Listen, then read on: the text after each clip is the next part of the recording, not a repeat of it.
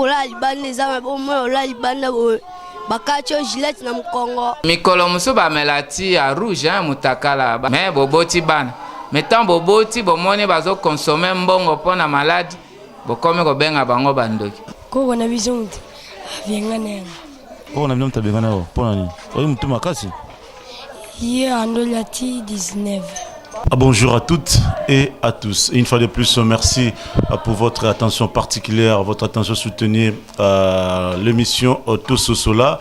Nous sommes là, toujours présents pour vous servir. Aujourd'hui, vous allez suivre des images que vous n'avez jamais encore suivies sur notre site www.info16.com, soit sur YouTube Info16.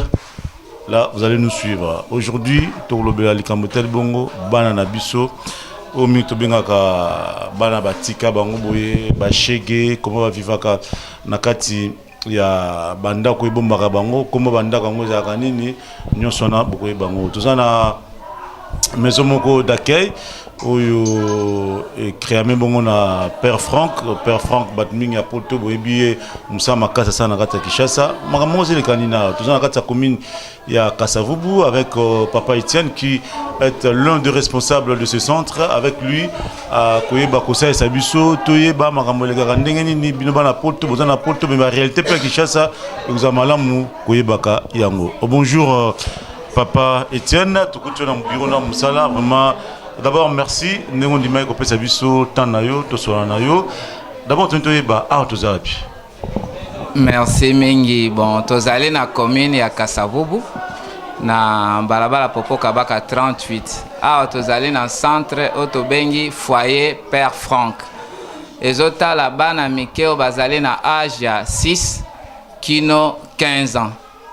Yangonde tozo salisa bango bano bolobana français enfant de personne, enfant de rue, enfant de difficulté, enfant du sorcier nyoso wana tokomeka ko yanola bino mena kolobela bino yango na kombo ya révérend père directeur na biso révérend père Alpha Mazenga yende apesinga ndingisa na yeba ko yanola bino moke mayematali centre ya Popo Kabaka. Est-ce que tu connais objectif ya foyer ezani? Bien, yambo ezali protection. Pour moi, na nyosa zo yenga na balabala esengeli bo protéger ye. Ce que protéger moi ne sile esuki wana te. Tanto yambaka ye na ke wana esengeli to zongise bo moto na ye. Potango ko ya tango musu azali malade. Tango musu pe azali penda salite ndenge bolobaka bilamba lambo. Boko sokola ye esengeli azan identité pour eza droit. Ceux qui sont malades esengeli bo soigner ye droit à la santé. Nyoso wana tamso bana pe ba yaka bazana kombo te. Esengeli ko pesa kombo pour azana droit wana. Donc nyoso wana esalemaka. Akoza pe na droit pe ya kolia. Ceux qui bile bizaite e oza ndenge nini potam se pa ya uti makoki wana mazalaki te. Awa esengeli to pesa mwango. Mais moi, pourquoi c'est Zali, tu as sima. Oza moko ya responsable, moni nengeni foyer ça fonctionner. Mais Père Franck, pourquoi ce qui est caniswana ya ko encadrer bana oyo bazana balabala alingi kipenzani? Bien. Nako banda na moi historique muke ezali bana otobengi bilenga mwinda enfant de lumière ya paroisse Christ Roi. Bazalai koya kotungisa sango Frank po bakende kotala baye bakangamaki na boloko na ndako yindo na makala se bongo na bongo ekomaki ngala ya bana ya balabala po tango wana la police ezaki gendarmerie ezaki kotungisa bana bango bayaki mena bakingabwa baya kobomba nzoto pe na paroisse bamonaki ke ekoki te na bandimi esalaki mwa mobulu na yango bandako bandai ko sombama yango nde ba centre ekelamaki na Père Franck po ya kosalisa bilenge biye yango wana mingi pe ba utosilisa ba komi batu na kati ya société ezali ndakisa pona biso ke baye bazali ezali kaka bazange mayele te to bozange ezalaki mais tozongisa bango bomoto po bazala na tina na kati ya société na biso. Comment tu vois fonctionnement il y a centre zarandais bana soki baye bala mukara ernini tout ça collé yango bozora madé chaque jour bana bazolia madé ata musu na pas balia kate vraiment va vivre na ndena. Bon nakolo ba planning journalier ezali na 5h30 balamuki lo sambo ezali po ezali esika ya ba catholique po tolobaka formation intégrale. Le sambo esengeli ezala baactivité mosusu mpe esengeli ezala. Alors soki balamuki tokopesa bana bakokabola bango na bagroupe mpo basala batâche matinale mpo na propriété ya centre. Eza te ke batravailleur bakosala te.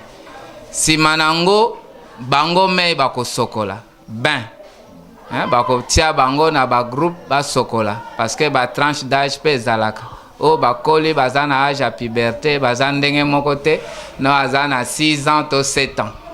Ozomona biso mpe baafricain totenira compte na mwa biloko wana. Alors soki basilisi à partir à 8h30 ezalaka baactivité organisée oyo tobengaka alphabétisation pe remise à niveau. Kuna esengeli po objectif na biso ya yambo ezali mwana akoyawa ayeba kotanga na kokoma. Parce que kotanga na kokomande vraiment base ya nyonso azala maçon azala nani menuisier ajuster doit continuer ba étude normale esengela yeba kotanga na kokoma. Alors alphabétisation en soi eza na 2 groupes na kati ya ba groupe wana ezali pe na ba sous groupe. Alors yango ekozwa de 8h30 à 11h30 sima wana bakomela ti moi relax esalemi détente télé ou bien nini tiango bana tia mutakala o type na moi mille qui peut koti bon comme les enfants de la rue bon car ndengona bon ti ekeseni bimikolo mosusu bamela ti ya rouge mutakala bajour oyo miliki ezali bakomela bajour mosusu bilia mpe ekeseni ntango mosusu tokozwa loso madesu parce que na 15h eza repas oyo bakozwa bajour mosusu totia loso na madesu loso na ndunda loso na maki eza 2 repas na semaine ya maki parce qu'il faut assurer toujours équilibre par rapport ya ndenge balakisaka biso. Alors kolia tolandaka mwa malamu mais mwa pokoso mpe ezali parce que bana baza ebele na centre beaucoup à peu près na combien. Bon le toza na mikanda na biso na 100 et quelques na 116 bana mais présentement au bazali baza 85. Parce que tout le monde a sali une semaine a été un mois raté après koya et les capitaines de bien.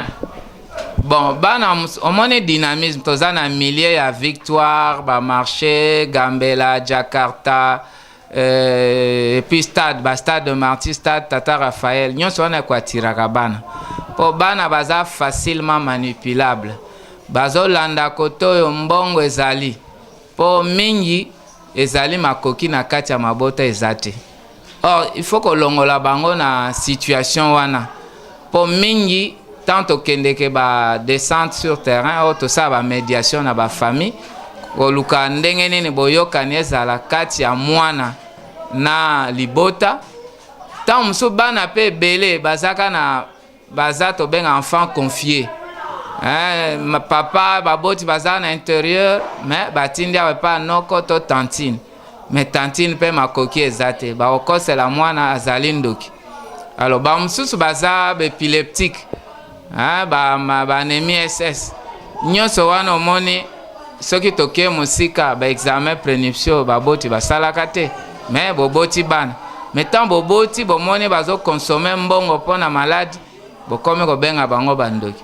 Ka wana te bana mosusu baza bakleptomane oyo basumbaka to na ndako boye kosuba nini baenfant énurétique mais mingi bazoyebisa biso ke non baza basorcier bazobwaka bango.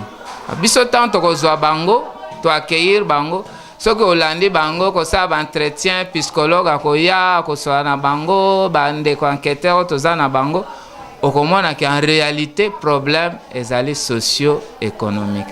Est-ce que tu as un centre baba koyeba état d'âme ya bana donc bino côté spirituel ati bozo kaka ndenge na bona bandoki bozo kota kaka mwana batu so yakine malamu après sorcellerie ozo ya na kata centre ndeko na ngai omoni lelo eza 25e année na nga na mosala oyo soki ezalaka mpenza bana baba sorcier bandoki mpo nga nabotami na mboka nayebi ndoki ndenge azali soki bandoki bazala ya solo biso peut-être bafina biso na butu papa opesi nga punition mpo na nini tout ça nakamoli kingo to loboko bobimi moyen te mais en réalité omoni baproblème na soulevé wana bozangi ya baboti mais tokoki koloba problème na 3 niveaux. D'abord incapacité à ma famille. Deuxièmement, l'incapacité à ma famille, au moins on appelle ma famille démunie, au moins ma famille nombreuse, au moins ma séparation na kati ya ma famille. Papa pe azana musalate, maman epai, ban epai, bon nyonso wana esa la incapacité ya famille. Yami bale ezali ba église na biso. Ya mike otoloba ba réveil surtout. Balimbisa nga na loba bongo.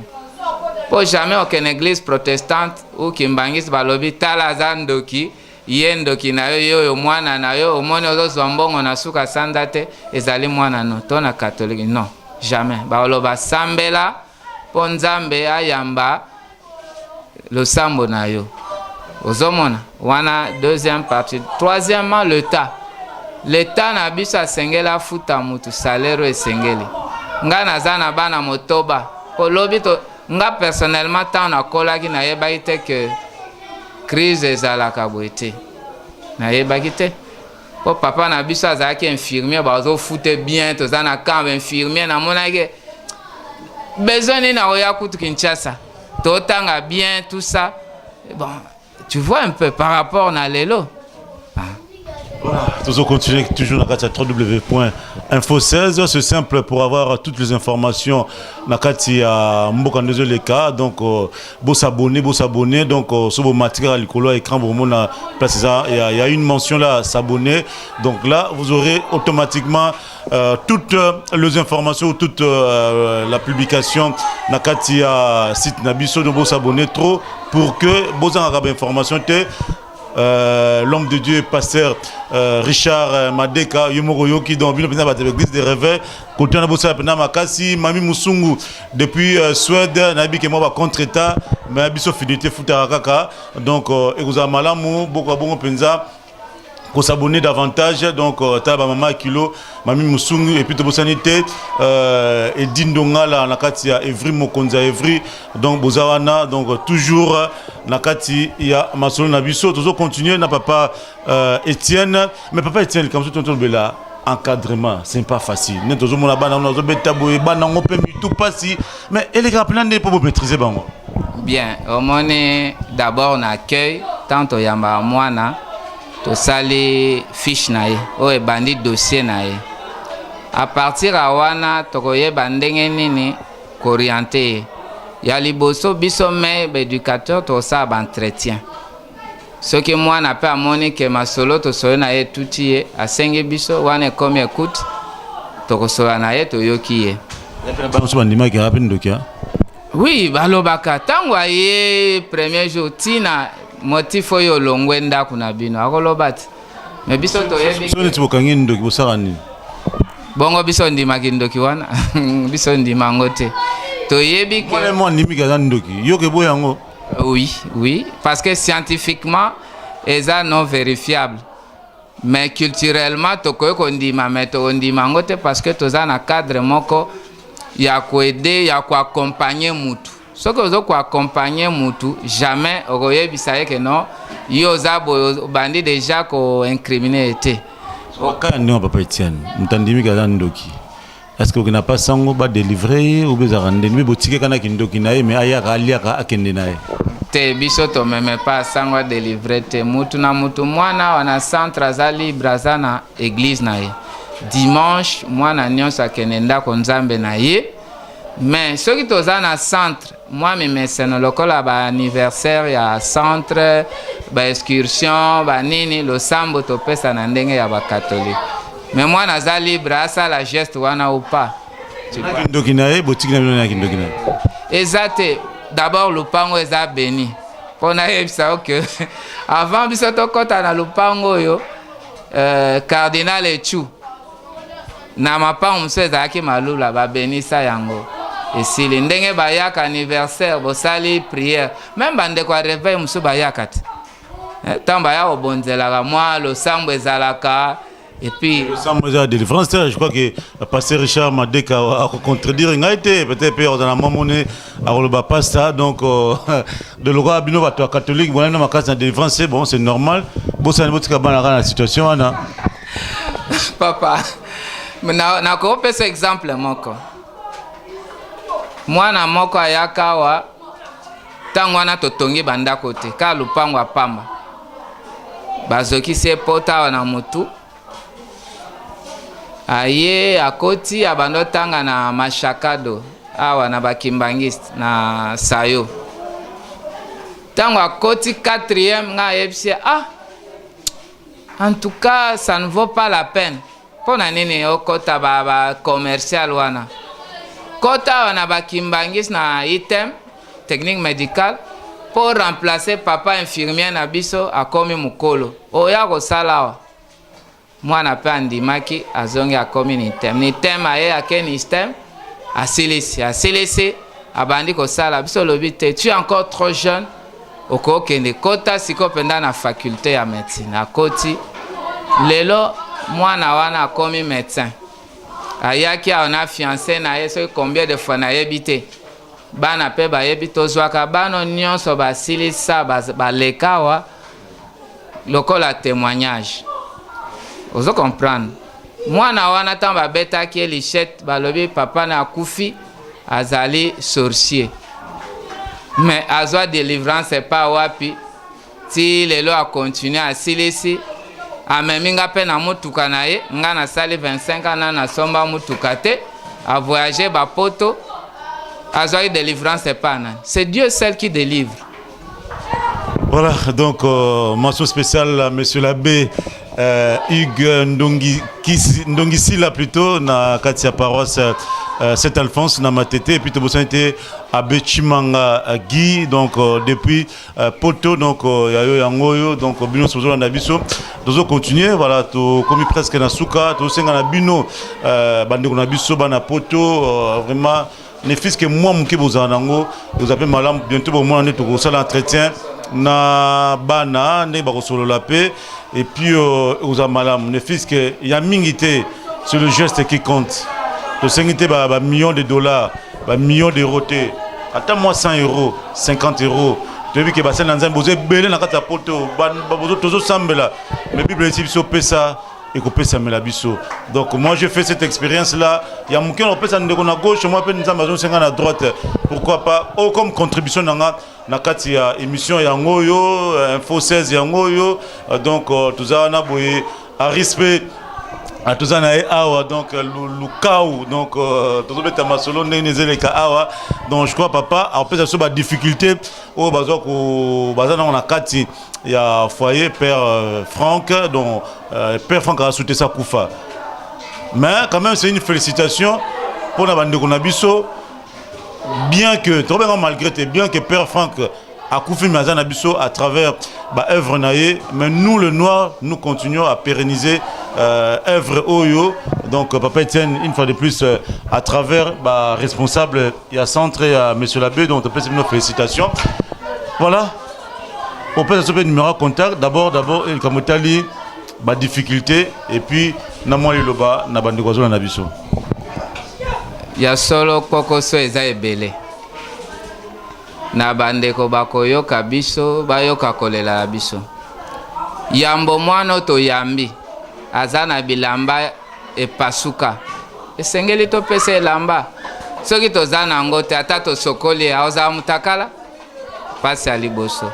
Yami bale zali mono kisi awa bana bakotambola na balabala bamsusu bakozwa tétanos moko na mama ye mo basenga biso 4 millions de francs tokozwa ngo wapi foko luka mikanda ifo kota boy donc kisi po ya bosalisa bana wana eza na ntina mpo toza na banémie ss toza na ba oyo babenga badrépanocytaire toza na baépileptique toza mpe na bamalformation physique donc moi toza mpe na bababa basourd muet tozalaki mpe na logopède heureusement barécupéra ye azalaki réunifie na libota toza na badifficulté mpona bana basokola basavon baproduit désinfectant soki boza na une centaine ya bana tala ndenge bakolala d'abord bitoko wana mingi basubaka par rapport na batraumatisme bazali nango makambo ndenge na ndenge akosela bango kindoki makambo ebele na famille bana wana baza nango na kati ya nzoto na bango alors basubaka bitoko ekobeba tobandaki na bamusa mike mike ezokatana toye na bitoko mais il faut kochange yango chaque mois après chaque semaine soki ebebi bochange wana nyonso mbongo toza na baproblème mpo il faut batanga te tolobi mpenza mwana soki ayefa ayeba kotanga na kokoma mais akokoma na nini na misapi il faut bakaye il faut bacrayon il faut babic mpo tooriente ye mpo biso toza mpenza pépinière sélection ya nyonso même pour moi ke na formation ya ajusteur ya mécanicien ya tailleur ya nani nyonso il faut azala na mwa lipapa na ye akokende toilette ndenge nini lipapa moko tolata bato boni lelo modernité bozoloba mwana quand même azala na mwa minimum vital wana ekosala ke formation oyo azozwa ya koyekola propriété ya koyekola boye amona ke ya solo esika bayambi nga balingi nga numéro de contact pour na bande voisin na poto peut-être bakoza appelé na moi besoin moi lisuni noto ba moko ezali 081 525 507 et puis 6 na suka alors pour la direction ya hors pair bakoki kokoma biso na site web na biso ezali www.horpair.org ou bien adresse électronique horperking@yahoo.fr soit na numéro de téléphone 0998 18 25 64 soit na 0151 63 886. Merci. Voilà, donc on les équipes vont m'assurer nangona papa Etienne Adam Moko ya ba responsable a on a kati ya site to continuer to zapena bana ba osaka na bango ba to beta mwa bale bino bandola national kati ya poto l'homme de Dieu Richard Madeka olandi ndenge bana ba lobby donc geste ndeko zapena malamu donc ndeko nyonso za na poto ndeko nyonso la biso à travers le monde geste ko sala donc tozanga pété koya kozwa yango kula sabande kopé batala ndenge nini ba opé mitema malamu basungaki ozama opé ba koboya pe ko filmer et bon ezapé malamu mingi donc moi bana bazo sakana bango bonjour petit nangai na monyo ko tsabo a osana ah ezabia ça bien poko la libanda ezama bo moi la libanda bo bakacho Gillette na mkongo moi vino e tambo ya so ezate sikoyo ngako komana okoma joko kaka bongo zana joueur oza joueur obetaka bien ye ba jeune yo yebi Cristiano yebi Cristiano voilà na moi pe masa msuko to komona exaucé sikoyo exaucé pona utikaki ndako eno vanda ao kimba papa pona ni ovanda vanova na commune ndo vanda bandal vanova na banal bo pona boyano ndako bi oyano la na balabala pona ni koko na bizonti avenga nenga koko na binomta bengana o pona ni oyi mutuma kasi ye ando lati 19 ando ndako ti 19h kolia obie ko yandako kolia swalingala linja dando pemelo biloko yango pe okimina ndako boso bilelo zonga ndako zonga ok merci beaucoup ba masa za pe bela ba na pe na masa musu pa za la boye masa obo kaima boko nepta mutu malama nzoka yo muta 2 ans mutu tumula baninga minga yote voilà donc mami musungu petit na oyeyo nazo kabula déjà mami musungu yosko pecho il faut tenir les formes au tenir moi loko hein moi forme petit à nango wa mami musungu il faut tinda ngo mami donc ngai mo o temela image na ye na petit na ngai après au monde on peut en dire na mikili comme Jean-Baptiste. Jean-Baptiste, l'homme de Dieu. Oui. Yo sambela. Na sambela. Au sambela l'église ni. Dieu vivant. Dieu vivant. Y a pas de nan. Nema. Pas Nema. Ah, y a bien le banzambe. Naibi. Bo suko tika nda ko pona ni. Okimanda ko pona. Tenga to swana na ya na biso. Bo sona ya na bino ngoyo longwena. Ah. Siko olimbisa ya na bino. Nalimbisa. Okinapenda ko. Nakenda na zonga. Akinanda po zongi. Nalinga ku na zonga. Ngozonga nonda kwa. Ah. Merci beaucoup Jean-Baptiste. Siko Mokonza Evry. Ah, Edine Dongala. Tedine Dongala plutôt. Mon cher. Pour toi yango oza déjà on a ba petit bazabo. Moi Western au saline de konayo. Moi biloko na somi ba rentrée scolaire yango yo na yepe na pesi ba petit na ngai awa oza malamu Richard Mandeka. Nabiki wa ngai wana olobaki china moi tala nanu ba petit bina bazala koto oza malamu mingi koleka. Ma c'est comment on Ma Hervé.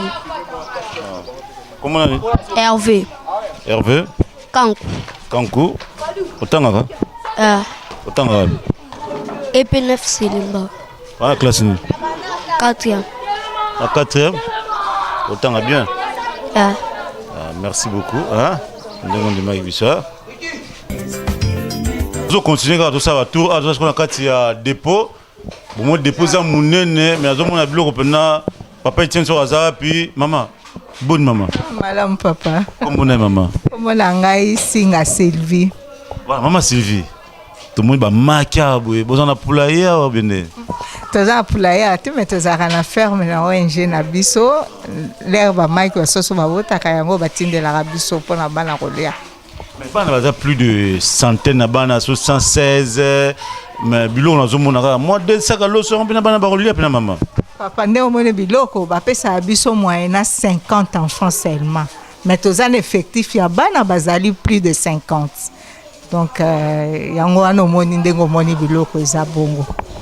Plus de 50 tu en as boé na obino bo katana bo kati donc tu kata ba 20 bana. To kata kutu te po biso to zara tala na lubane ko kokata. Je sais ma kata. Kata zate po so to kati bana moliani. Tala na to zana plus de 116 enfants mais ba opesa biso biloko ya effectif à 50 enfants. Eza na mapa to zoara pour 50 enfants. Donc repas nyonso ezala pour 50 enfants. Merci beaucoup maman Sylvie. Tout le monde papa kuna. Papa comment nani? Là comment on a Kendi Michel. Papa Michel. Nous avons ça la classement ba détergent boé. Ozo bon ça moi kuna vraiment c'est vide hein, armoire ça vide hein. Oui, tozo bon ça biloko oyo ye ezali pona poso mobimba. Ya on photo classé en toé bandeni ni et comme mabiso pona yekoka. Ya on photo bon ça déjà ezala bien classé. Pour chaque jour, tu es bien que tozo ka autant, to longoli pour côté sabiso na moi koko sauter. Donc nous continuons, tout le monde peut petit bah zobeta jeu de dames on tout le monde na zo gagner muninga na noa. Yo. Ce qu'on a bien nous nous avons boyer hein bon ba vérité na maître na bino maître pena. Ouais maître.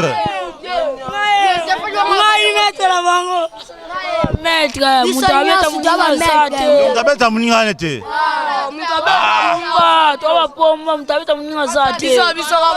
Sikoyo bon siko boy sanga siko nani nya ko tumula baninga nani nga mamba bitumba mingi nani wa mtabitumba wapi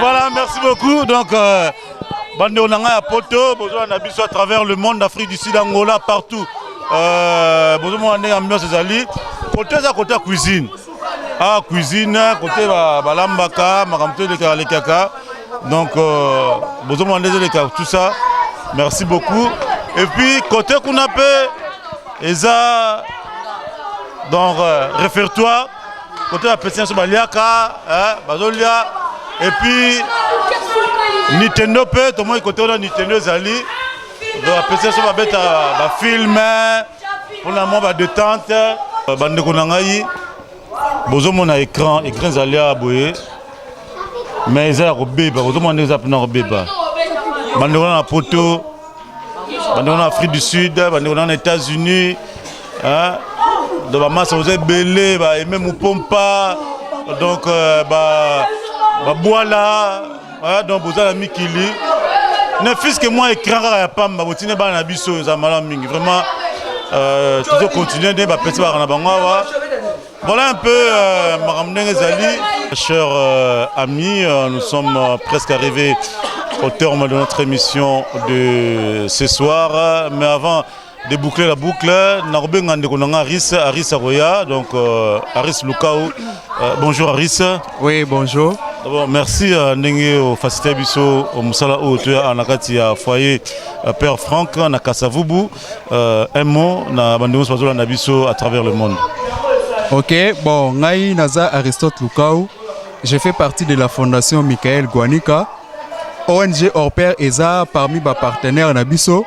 On a eu à assister beaucoup d'enfants en Wa, dans le cadre toujours pour accompagner Bango. Alors on a aussi appel, na batu nyonso oyo baza mitema malamu, baye banape ko emboîter les pas, baya ba assister bana po que makambo ekene malamu. Eza musala makasi ba moyen eza mukie.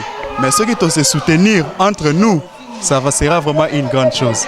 En tout cas, je fais appel à tout le monde, des personnes de bonne volonté, des personnes physiques ou morales, baye banakocha, moi ba contribution na bango pour na eke œuvre oyo ekene malamu. C'est ça. Merci beaucoup. Voilà, donc notre émission touche à sa fin. Une fois de plus, merci à Mami Moussoungu depuis la Suède, Tobosani Pete Richard et même au Pompa à Bruxelles, et puis Mokonzi à Evry, Mokonzi à Moko, Mi Balete, Mi Satute, Edi, Tedi Ndongala, et Angoyo, Yona Mami Moussoungu, Bandeko Nanga, mais Nabi qui est aussi malango, na 3, 4, 5 jours à Aboye, et puis Tobosani Te l'homme de Dieu, Richard Madeka. Naka sera Richard à côté de ma maman. Nous avons lopé babi Bosco. Passer à Bibna Rich Bosco yayo yango yo. Na bosse un petit l'homme le plus calme. Donc Kama. Merci.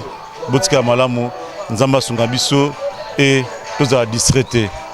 L'heure est grave. Merci.